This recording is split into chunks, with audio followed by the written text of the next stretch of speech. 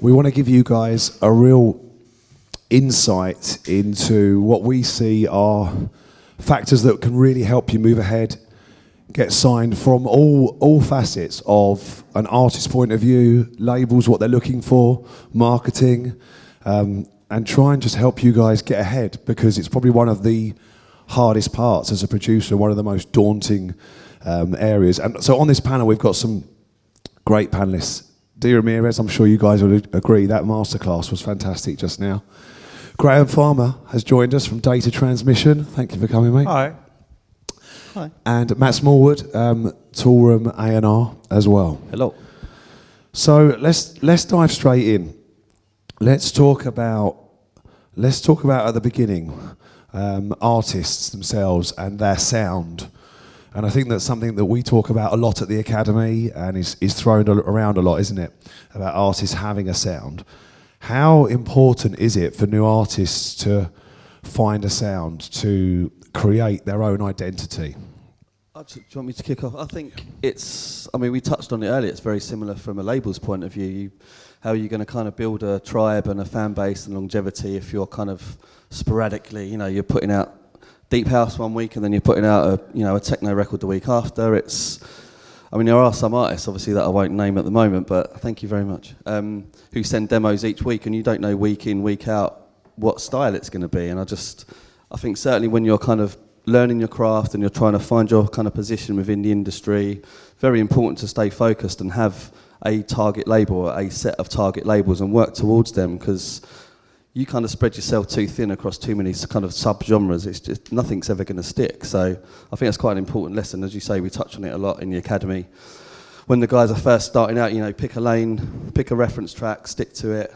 That's definitely the best way to kind of carve your own sound and find your sort of position within the industry. So, I think I listen to a lot of demos, and I think there's a consistency with familiarity. Like when you hear someone's record, you like it, and then when you go to hear the next record, you're like, oh, I like that person, I like their last track, I'll listen to their next track. And when you've got no fans and no fan base, and it's about staying in your lane because you want those fan base to keep coming back because they like those records. And as that fan base widens, then you can move around genres a bit, and you see it with the bigger artists. They've got more space because there's more ears and more different tastes in that fan base. Yeah. But right at the start, it's that consistency of familiarity. Yeah. I think Mark's a good case in point of that.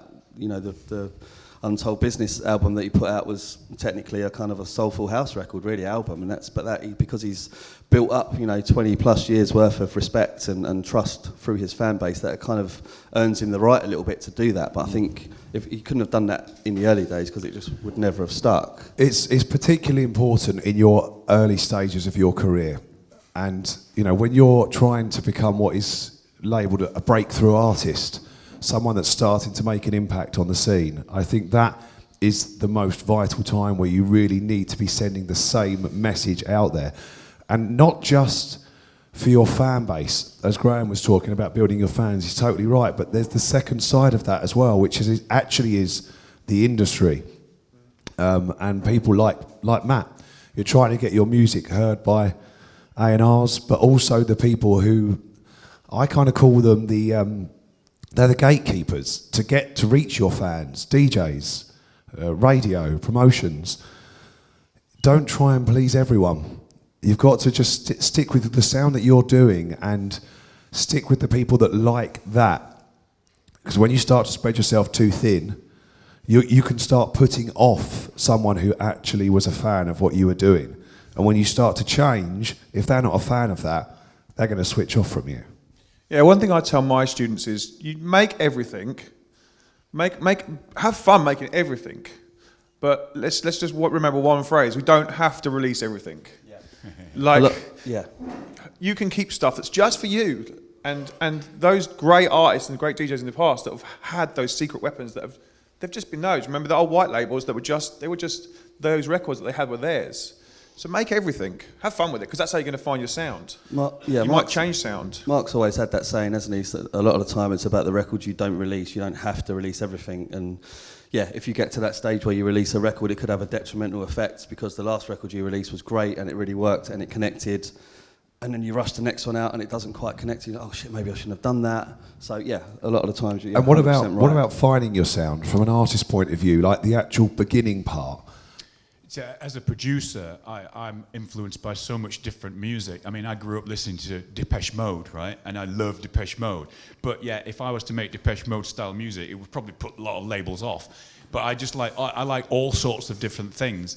So for me, it's easy just to go, oh, I fancy making a melodic house record, or I fancy making a techno record today, because I can, right? But that is ultimately the big mistake that a lot of new artists make, because as they've just discussed, if the industry or your fans or label people don't know what's going to come, you know, be it 1 minute it's a techno record and then next minute it's a melodic house record, they're instantly going to go, this guy's confused. He doesn't know what he's doing, you know what I mean? Make your mind up, mate, kind of thing. So you've got the importance of that for many, many reasons. And although it might be boring to actually continually make the same sound, that's how you're going to build up a fan base. And it might change. You don't have to panic about that. You don't have to worry that you're committing to something for the rest of your life. Your sound will develop. Yeah. And you might find through that journey that this isn't actually where I want to be. And that's okay. You know, the biggest thing is not to chase the trends. It's very, very easily to get influenced by the trends that become big, because it's everywhere. It's very consuming as an artist. That's going to completely consume your creativity. You have to remember the music. What is it that you actually love? What are you inspired by as an artist? And if you're going to actually be known for this and you want to tour, what are you going to play? Because everywhere you go, you're expected to play the music you've released. And it sounds really obvious, but a lot of artists we talk to, a lot of students in the academy don't actually really think about this at the start. And I know as producers, there's fear. I know I do, and I know a lot of people we speak to, when it comes to playing your own music out, it's quite a weird thing. It's a weird 100%. experience, because it's not music that you love in that same way of music you've discovered. But that's where you have to start. You've got to really think about, what is it I actually love? What do I want to be known for? And I've got to be happy playing that. Yeah, I've interviewed people where they're a year and a half into after they've made a banger, and it's gone blown up and it's been massive, but they're like, I hate it. I hate the track. I hate the record. I hate the sound. I'll probably do it for another year and a half, and then I'll have a break, and then I'll come back with the actual sound that I want to do. But right now, they're not happy. They're not. You know, they're just in this place where they have to keep. They're getting booked, and it's great because it's paying the bills, and their responsibilities to whatever they've signed up to. But they're basically stuck in this space, and it's like. Dawley was a good example of that. Yeah. When Dawley blew up, actually, was it dubstep? Yeah, he played dubstep, and then he was really stuck in it, and he was just touring, doing it, and it wasn't the music he actually loved. Yeah. And then had a break, and then he's now in a space where he's happy again, a lot of people speak about mental health, and you don't want to be in that space where you're just really unhappy playing music you really hate because you made one banger, because you haven't took a little bit more time and a bit of patience. Yeah, think about it. And from a label's point of view, I say this because we see this in the academy a lot. You know, we're teaching to really look at what's going on in the scene, where you want to be. And as Dean spoke about, you know, we use reference tracks. We really recommend using reference tracks. There's such a fine line with that. Because one thing I think that Matt will emphasise is labels are not looking for copycat artists. And that comes from the creativity when you're producing. We see so many producers get obsessed, like, there's this one sound right before the drop, and they did this trick. How do they do that? How do they do that? It's like, don't worry about that. What are you going to have fun? What are you going to create? But because you're not looking for a copycat of someone you've already signed. No, not at all. I mean, if that space is already filled, it doesn't make sense to then try and refill it with something else. So I think originality is key. It obviously needs to fit within the parameters of the label. Otherwise, you'd be surprised how many kind of like drum and bass demos we get sent through, and all sorts of crazy stuff coming through to the inbox. But yeah. Even when you dial it down to house and tech house, yeah. I think it's what we spoke about earlier. There's a difference. Yeah. You just don't want to repeat artists that are already there and are filling the space and kind of filling a certain void. I get a lot of records that are kind of akin to that kind of new From Within sound, that old school kind of Dutch. And we're kind of already doing that. And again, a lot of new artists are coming through and obviously using it as as ref tracks, which is fine, which we encourage doing in the academy. But in terms of, you need to be able to push that on and put your own kind of stamp and create your own sound. Use it as inspiration, if you like, for want of a better word. But you need to be able to push that on personally as your own producer in your own space, Yeah. There's a lot of space in house music and tech house, and there's a lot of kind of, as you spoke about earlier, there's loads of subgenres. Yeah. Do you, as you see a subgenre emerging, do you think I'd like an artist in that space? Because I've got some of these other ones that feel for Toolroom, and they're doing great. But do you ever look and go, that's a quite cool little scene that's popping? Do you think it'd be nice to have someone in that space, or does it not depends bother what you? it is, really. I mean, the whole, the minimal tech thing is kicking off, but that would never work on Toolroom. That's another conversation. There's records that I've sort of turned down over the years that people have come up to me and say, that record you turned down, I put it out on stereo, it went top 10 on Beatport, and it's like, well, that's great, but it wouldn't have done that on Toolroom because you're not talking to our fan base, So I think you need to be able to preach to your. If there's a new faddy kind of sound that comes up, I'm not necessarily like chasing that, thinking, oh God, we've got to be in that. So like I said earlier when we did our first chat, that pendulum swings all the time. So I think you stick true to yourself, stay in your lane, and you'll get the respect for doing the right thing and sticking to your kind of ethos as a label.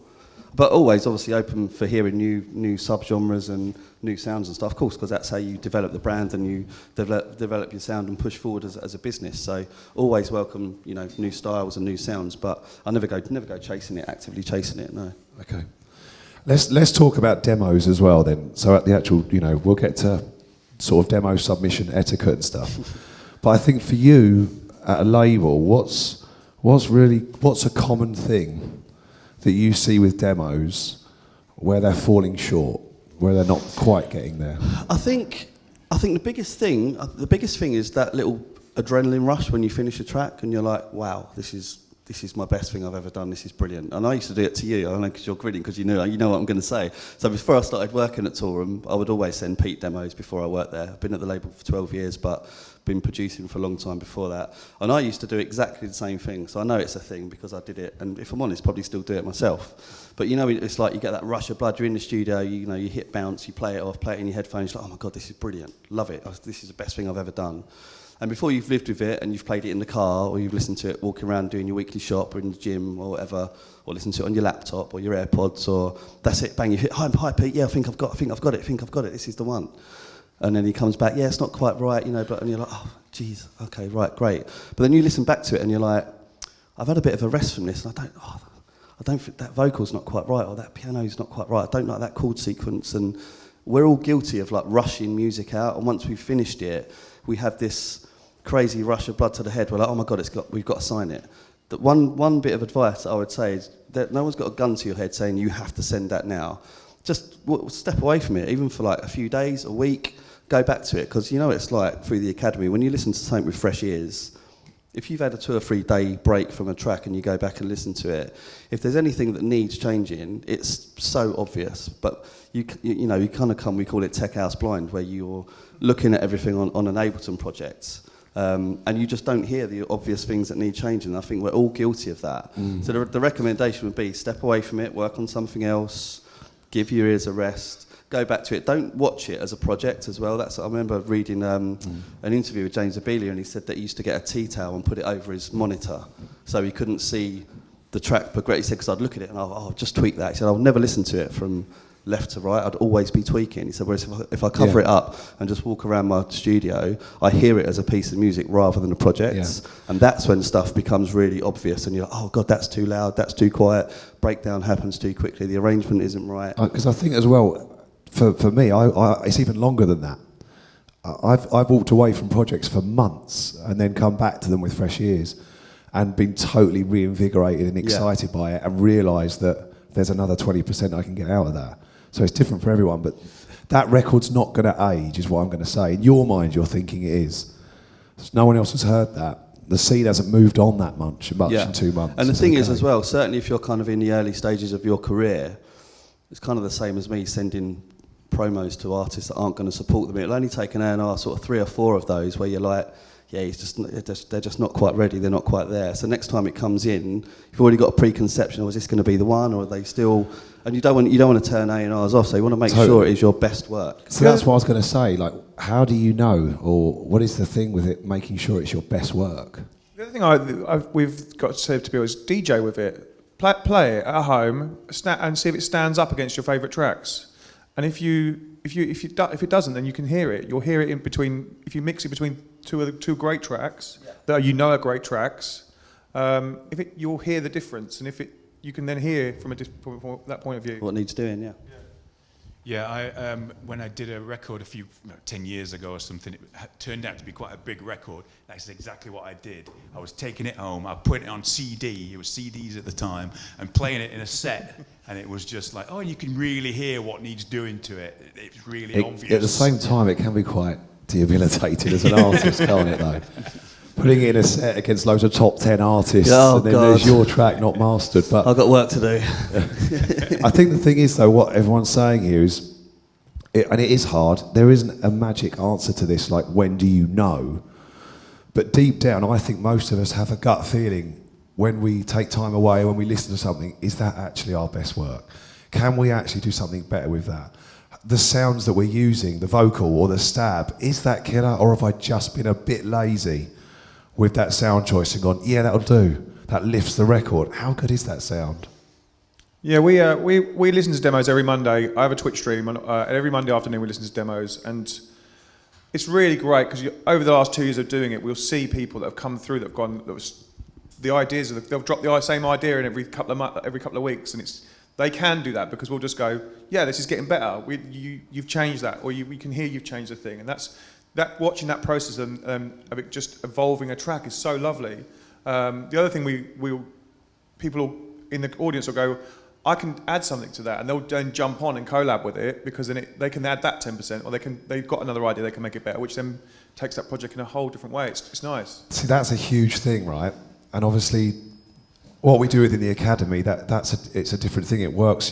People sign up for production courses, they get feedback along the way, but that's definitely a huge piece of advice, we would say, when you're actually working, because producing can be quite a lonely thing, right? We spend a lot of time in front of our computer on our own, and that's when the self-doubt starts to creep in.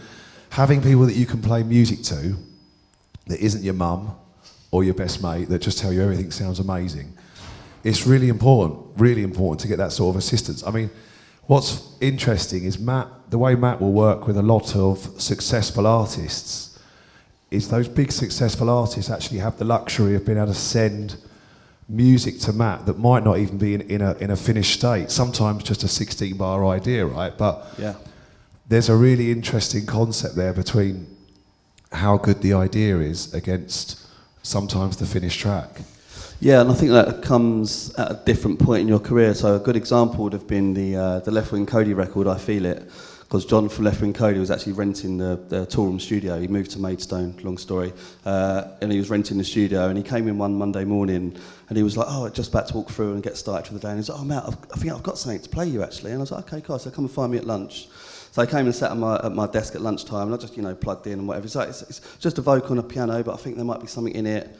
And it was I Feel It, which obviously went on to be a huge record, and we did a JV with Columbia on it and stuff. And that was literally like a 12-second piano vocal, no drums, no nothing. But that idea was like instantly the goosebumps on my arm told me that it was a big record. Your gut feeling doesn't lie. I'm not telling everyone to send Matt just 8-bar ideas. Some drums would be nice. But there's a thing in this though of just how important the actual idea is against the finished track. Yeah, I've always said that I would rather pick up or at least work on a really solid idea, a really solid hook, something that excites me, that moves me, that engages me, other than a really polished, 6-minute with a bow around it, mastered, sounds great, but I'll forget it 2 minutes later.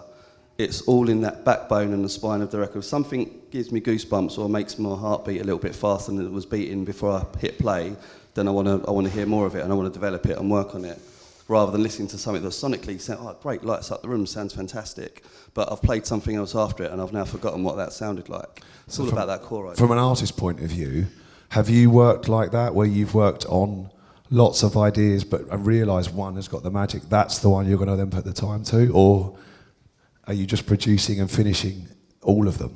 So I've sort of been a bit disillusioned at times when I've thought, I've got this great idea, I'm going to send it to the A&R man in its idea stage, thinking that you're going to get some feedback, and then you can finish it off.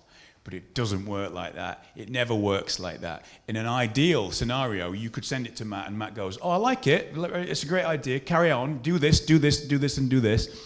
But A&R men, and especially if you don't have a relationship with them, they just will not give you that feedback. So it was a real balance of getting the finished record to a really good point, but it having a really amazing idea. You know, so it's no good like thinking, oh, this is okay, but maybe if I mix it a little better or I master it better, it's gonna like prick up the ears. No, you've got to be really honest with yourself and go, right, has it got the full package? Is it ready to go, you know? I think that's the key, being honest with yourself, whether you really believe in this work, that it has got something to it. And that's interesting what you were saying about, you know, not having that ability with A&Rs. I think that's a good point to move on to what is the overall power of networking when it comes to sort of demo submission, and how do you start with that as someone who's sitting in their bedroom producing on a laptop and doesn't have connections, not even just in the industry, within the producer community? Where do you start? Yeah, I mean, when I started data transmission, I wanted to meet a lot of people because it was, I need to get a brand out there. I want to do interviews with people. So I definitely would go to parties. I definitely would do the guerrilla kind of tactic at parties. I would, if I couldn't speak to one artist, I'd find out their management, and then I'd go to a party with one of their other artists on, which maybe was a bit smaller because it was a smaller artist, but I knew their management might be there, and then I'd meet the managers that way. Same with labels. Like if you can see the route to toilet sometimes. If there's a green room and there's a backstage, but there's never a toilet in there, and you can see, if you watch it long enough, you can see the route to toilet, and you're just like, okay, well, I'll just stand in that route. And they've got to come past me at some point. I'll just dance in that route. I've experienced that firsthand in London at 338. Was it me? Was it Grahame? Strangely, we was all in the DJ booth drinking Mark Knight's Rider as we normally do. But I spotted someone at the back of the club. I felt a bit uneasy. Someone felt like they were just watching me for ages. And it was a bit like, okay. And it wasn't until I left and I had to walk right across the entire club to use the loo at the back. And they just sort of went dunk in front of me. And I was like, oh my God, it's that person that's been watching me. But they were really nice. But they were really nervous. They were like, look, I've just been waiting to choose my moment. And can I just buy you a beer? And I just want to just grab you for 5 minutes. I was like, yeah. And they handed me a USB. And it made such a difference and impact that, look, we listened to the music. It wasn't right. We didn't sign it. But then the next time, another event or something, he came over and just went, do you remember I was that guy? And that was it. We actually started a bit of a friendship. He took a risk, took an opportunity. Yeah, I think there's always the people that hang around the door, and they're always like, you want to go to the loo, so it's like you're just going to kind of go quickly past them, but then on the way back, then you've got they're cool now, they're in their stride, and you can get them then. It's like they shake your hand with a wet hand. As long as they wash their hands. The other one is also like foreign festivals for us, like creation festivals, for instance. The barriers around creation festivals are not as big as some other festivals. So you can speak to DJs because they're literally across a guarded fence, like not a guarded fence. So it's like you just, hi, how are you? I'm Grahame, and can I talk to you about my demo, or can I talk to you about your label? So there's a lot in face-to-face here, is what we're 100%. talking about. Yeah. And a lot about just kind of just remember they're people at the end of the day, first and foremost, and it's just, hi, how are you? And just I always think, go and say, hello, I'm Grahame, I'm a DJ, I'm a producer, can I talk to you about something? Or can I ask you a question? Or, don't be shy, just kind of get in there. Don't be daunted by who they are, they're just normal, everyone's normal people. There's a great book by Mel Robbins, which is called The 5 Second Rule, and it basically, you have to count down 5, 4, 3, 2, 1, and then do it. And I use it for a lot of things, especially with, like in the morning when you know you want to go for a run, or you know you want to go to workout, right, 5, 4, 3, 2, 1, I've got to put my trainers on, and I'm out the door. But same with like going to talk to anybody in the industry, like 5, I'm going to just go and talk to them. Was you nervous? Are you someone that's like really confident, or was you very nervous when you first started data transmission? I'm still nervous now. I'm 6'6" and I'm still flipping nervous all the time. Like I'm on camera all day. I'm shy as fuck, and oh sorry, and I'm terrible. Like I literally have to force myself into everything. I have to force myself into speaking on camera and speaking to anybody. So the key is to find things that can help you with that. I definitely found once you become I become a parent, it was a bit easier, and you know that there are other parents because you're like, oh, how's your kids? And that kind of it's a little bit easier. Or if you know someone's like Mark, for instance, plays football and he's all about football, I definitely would talk to him about football if I didn't have anything to talk about. You know? That's one thing I was going to say. And then get caught out when he starts giving you questions back, and you know nothing about it. I love your side, Rob. Love it. Yeah. That was one point I was going to make. Find a common ground with people. Same with me with football. Like Lewis John, for example, was a guy who came through the academy. We got chatting at 338, and he's a die-hard Cardiff fan. I'm die-hard West Ham for my sins, and so we had a bit of a shared interest, and that was his kind of in. We used to like chat on Instagram about the football and stuff, and built up a relationship. So when he kind of sends me demos and stuff, I'm like, oh, it's from Lewis. You know, you make a bit more time because you've got that personal touch. I think certainly in a digital era, for want of a better phrase, is really important, as you say, because we're all people and we're all in it for the same reasons. We've all got the same love and passion for music. So. Yeah, that personal contact. And, I always think when you give someone a USB as well, make sure you got your photo of your face on the USB, because when they stick it in their drive the next week, they'll go, oh yeah, Jesus. I remember that guy, that girl. I spoke to him in a club, and that because they see your face again, then they're more likely to listen to music. It sounds mad, but the people going above and beyond to like be recognised. We have had some quite crazy ones like that at Toolroom. Yeah. From the early days of a USB sellotape to a bottle of Bud in the post. Signed that one. FYI. But actually, we had a USB in the post, and they had a Toolroom logo printed on it, and it was set in this little Perspex box. And Still got that. then there was like a little arrow on a post-it note saying "press this," and we pressed it, and all these lights lit up the Toolroom logo on the USB. But the thing is, what happened there? What I'm trying to say is, that wasn't just the A&R looking at that. They then walked around the office going, look at this, look at this, look at this. Suddenly there's 10 people looking over this demo. How else do you get 10 people's attention at a record label? Another really good example of that, last year we was at ADE, and there's a Brazilian guy come up to me after we'd done like an A&R panel, but similar to this, and his artist name was B Lion. He just come up to me and he pulled something out of his bag. He was like, I've got a demo for you. And I was like, okay, great.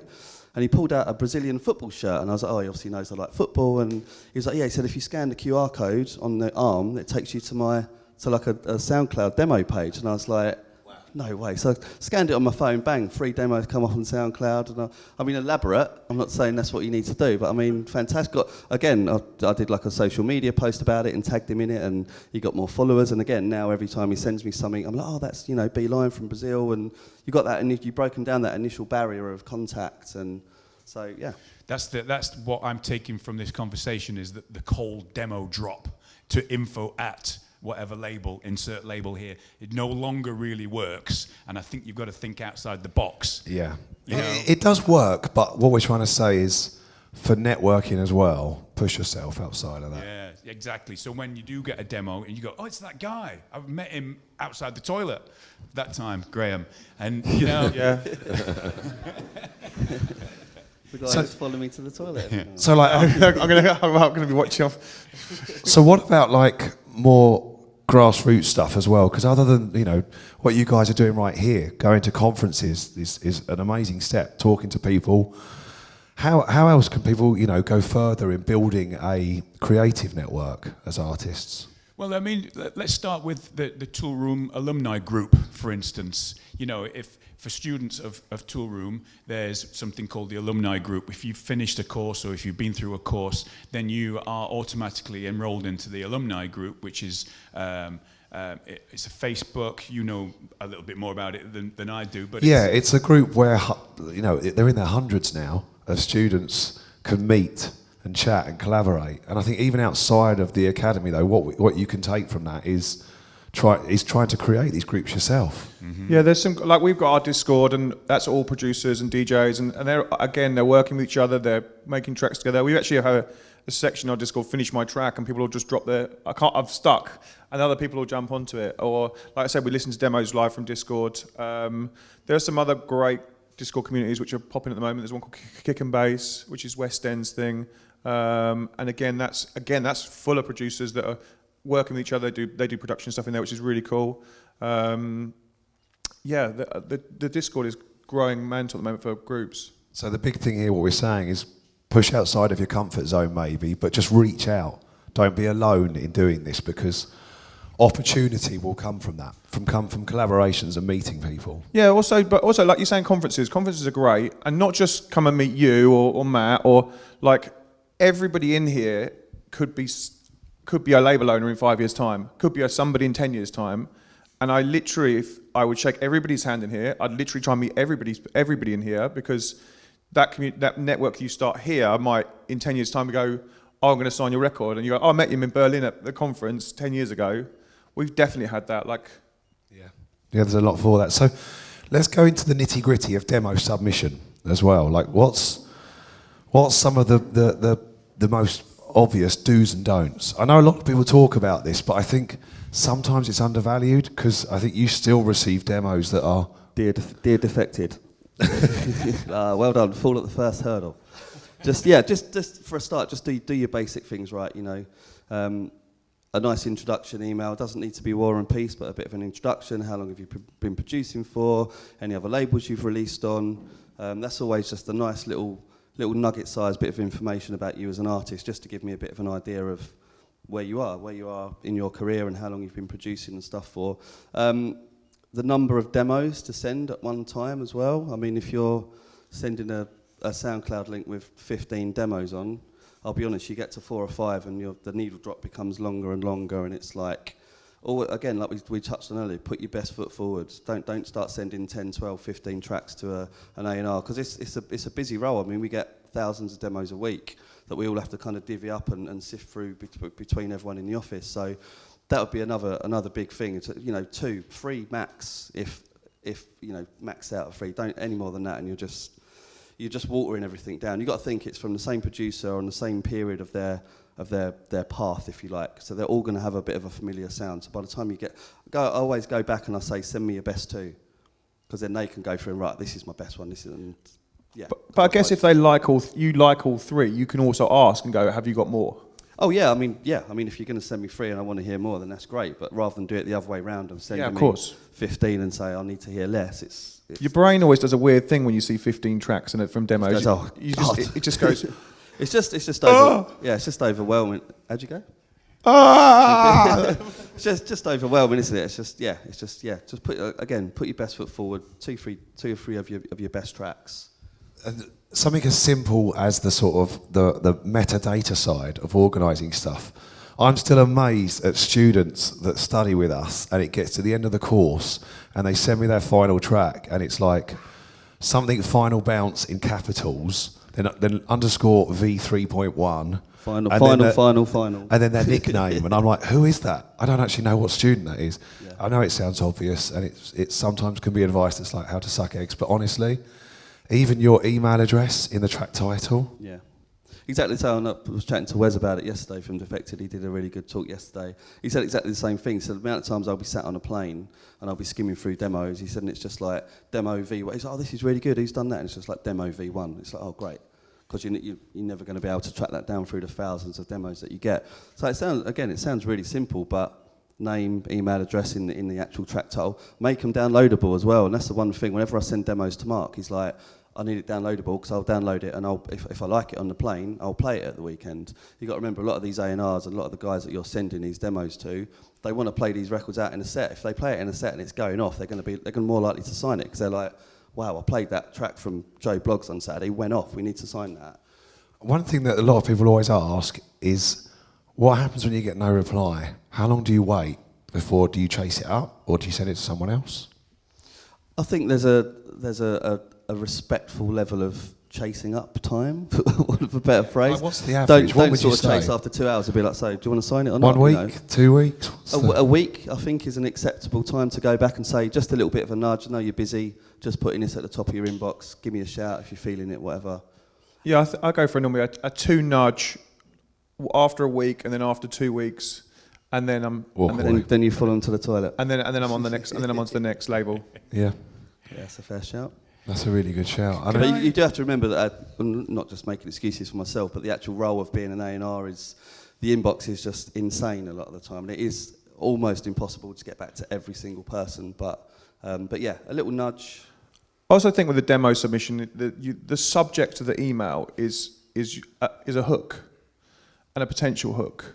And I think if you've had a release with somebody else, use that as a leverage in that subject. So if you see a demo email and it says so and so's demo, and it says Cold support or something. Cold support, yeah, or had it saved, or or someone that you normally think is in your kind of radar of labels that you might sign other music from. That's a leverage and that's a hook, and you should use that hook. So obviously, as times move forward now as well, we use Label Radar as a demo submission site where we can go, and they're organised for us, which is fantastic. In your honest, total honest view, would you, if you're utilising labels' online demo submissions, would you also follow up and do a separate email submission as well? If you as the artist, if I was using like Label Radar or TrackStack, because TrackStack's pretty banging now for certain labels.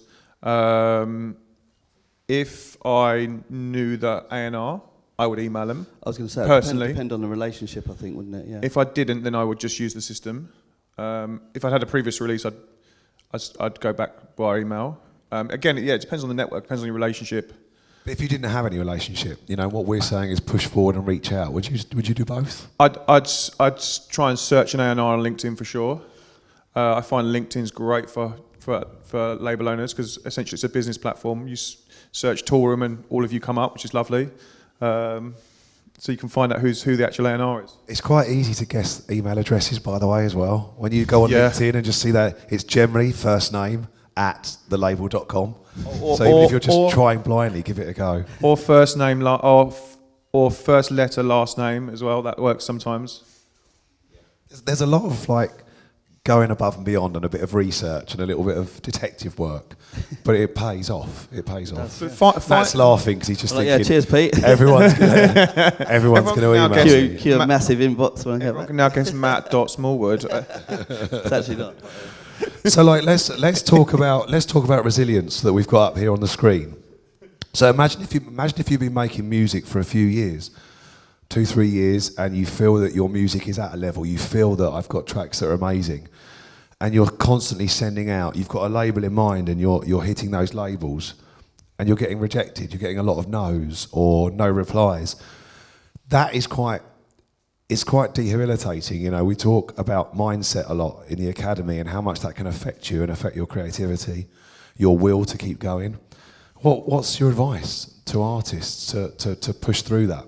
It happens a lot, and it's one of the big problems for an artist is having to face the rejection of the no's, because personally for me it's like I can pour my heart and soul into a track and make it the best thing I've ever made, and then if somebody says no to me, it's like the worst thing that could ever happen. It's like being stabbed in the heart. I'm like, I'll go to bed and not get back out, kind of thing. It's horrible. So therefore, I have to put things into place to make sure that I'm strong, mentally strong, so I can cope with this. And it's resilience, and it's things like taking care of my mental health, making sure I get a good night's sleep, exercising. I know it sounds cliched, but these things make me mentally stronger, so I can cope with this no thing, because it happens a lot. Even big artists, even like I've had to deal with a lot of no's. And it's one of the reasons why I've set up my own labels over the years, is because I got so sick of the no's that I was like, I'm just going to put it out anyway, I'll do it myself. So it's having the sort of mindset to understand that it's not going to be easy when you go into it with that mindset, but try and be strong mentally, so then when you do get the no, you can then think, okay, what is wrong with the music I'm making? I need to adjust it. Clearly it's not working. Clearly the label isn't picking up on this. Let me reevaluate, step back and go, what can I do to change this to get their attention? And sometimes it's not just you as well. If you really believe in your music, sometimes it's just that label's not right. And we see this a lot, where artists can get utterly obsessed with wanting to release on Toolroom. And it's like, take a step away from that and actually try and listen to your music and look at it. It might actually be better off in a different place. Also, it's not no forever. Like, remember, like for a label, you're a business, and for you, it has to be a business decision as part of it, as well as the creative decision. So it's not a no forever. Your DJ business, your producer business doesn't align with their business right now. There'll be other businesses that will do, and there are other labels that do. And like for me, if I was going searching for labels, I think that would be the most fun thing ever to do. Like, I literally go and sit and listen to tons of music and tons of labels and go down little rabbit holes of artists that make similar music and see what labels they release on, and just build a massive list of labels that are other potentials. Once you do get the no, you get the no, right, okay, take a day, take a few minutes, let's go again and again and again, and let's get the music signed and start building up your release schedule, your releases, and then your business will then maybe essentially align with your business because other things stack up apart from the creative.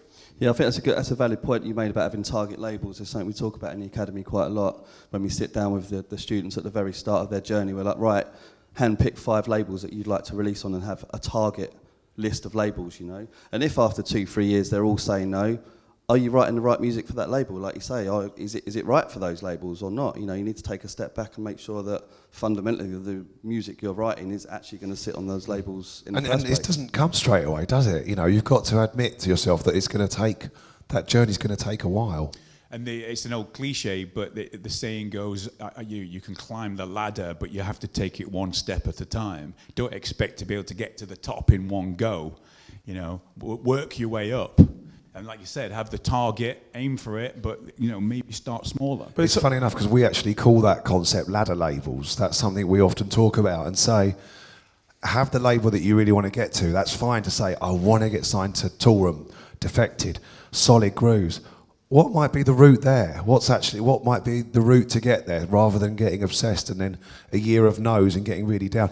That's where you can do what Grahame was touching on and do research and look at the labels that artists often release on their way. Because a lot of those artists that are releasing on those big labels, if you look back 3, 4, 5, 8 years ago, there would have been other labels they released on to get there. Yeah, you can follow the journey back. You can follow the artist that's just dropped that new banger on whoever. Follow that back, go on their Beatport and follow it back, and you'll see a whole ton of labels that you might not have even known. Firstly, from a DJ point of view, that's great new music you might find, and great new labels you might find. But I'll touch on it as well. Like you're now 20 years in. Your career this is a career. It can take as long as it takes. It's a career. Careers take forever, and just take your time with it. You know.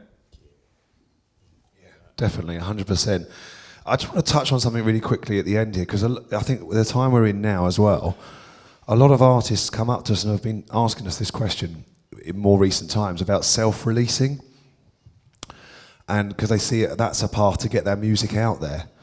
What do you guys think are advantages and disadvantages to that? I'm for it. I think, like you're saying before, we want consistency with releases. I think if you believe in a record and you're building an audience from a social point of view, then you can have a consistency. Where you might get, when you're a small artist, where you might get a track that's on Toolroom, and then you might not get nothing for 6-7 months, having a self-release just to have consistency and keep building it. You also then learn the kind of process of pushing it yourself and creating all the content yourself and what goes behind everything itself. So you're keeping learning and you're keeping releasing music. There's some great platforms to do self-releasing on. From even SoundCloud, you can now self-release on, and the payout from SoundCloud is amazing from their fan-based royalties. So that it definitely keeps consistency. It definitely keeps you kind of motivated as well, because you're getting those tracks out you believe in. It definitely doesn't have gatekeepers like Matt that might stop tracks that aren't right going out. But then if you believe in it, then other people might believe in it as well, which is it works, you know. Yeah, I think they're all valid points. I think the main point of contention is support. You know, I mean, we've got 20 years of sales history and hopefully respect and love at these kind of online stores, you know, Spotify, Deezer, Beatport, etc. If you're self-releasing, you've got no sales history, you've got minimal social media following, you've got 20,000 new releases every Friday popping up on Beatport.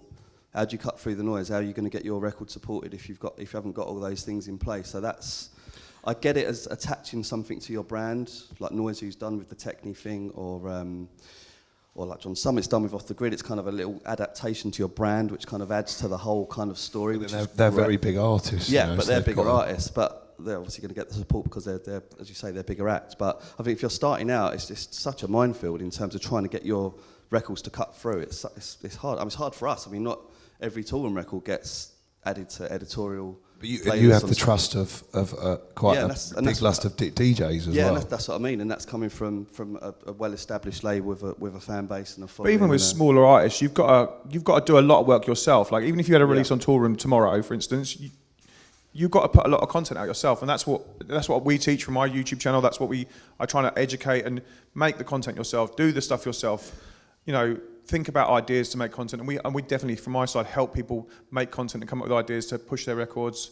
Teach them how to grow their Spotify and grow their streams and their followers. You know, it's definitely possible, and it definitely teaches you the methods that when you have a big release or a bigger label and you have got the support, then it just makes it even bigger for you know. There's definitely an oversaturation of the market now due to the fact that people can self-release. There's like, as Matt said, there's hundreds of thousands of records put out into the market. So how do you cut through the noise? You know, that's the hard thing. But at the same time, sometimes you believe in yourself so much that you've got no other choice. You know, you really want to get your music out there. So what do you do? But like Grahame says, you've then got to get into the sort of the other side of it as well. So I suppose you have to think as you would as an individual. Do you have those skills? You know, do you have that confidence to do that? Exactly. That's it. That's the question you've got to ask yourself, because it's not just about putting out music. You can't just build it and they will come. Definitely not. You have to, it's a business at the end of the day, and there's a production side and there's a marketing side. And I always think like you're going to spend all that time learning the music and learning to be an artist and finding samples and finding plugins, then you literally owe it yourself to market it properly yourself. So you have to learn that as well, and it's important. Good start. The time has actually flown by. Have we got any questions here for any of us while we're up to now? Yeah, go for it. I think he's going to bring a mic for you.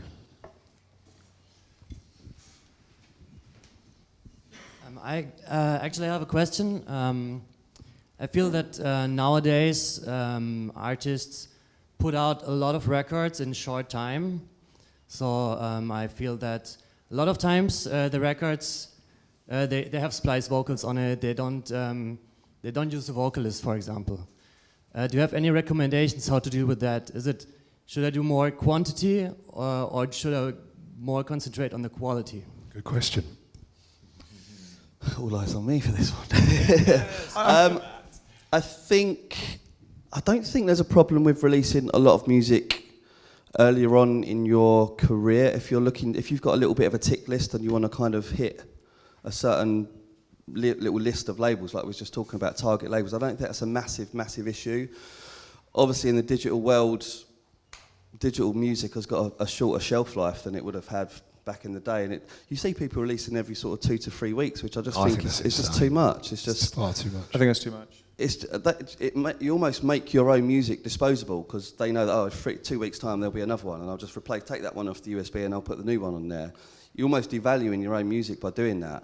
I think you've got to remember that one big release. That's all you need. Yeah. Can last 6 months in terms of the hype, of how it lifts you and gets gig offers and things. Yeah. Maybe it's a shorter time than that now, but I'm for quality over quantity. 100%. Also, depends on is it an actual official release? Is it a free download? The release is building numbers. Is it there's so many different types of releases, and as for the Splice thing, John Summit's Deep End was a Splice vocal.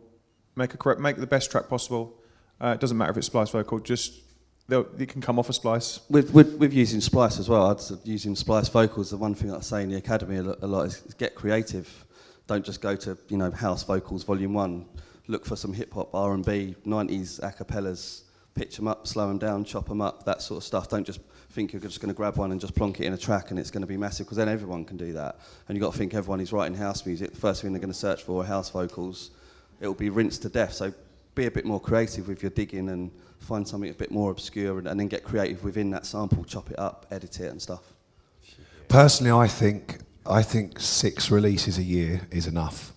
Every 2 months, maybe a couple of remixes within that, and other things that might pop out.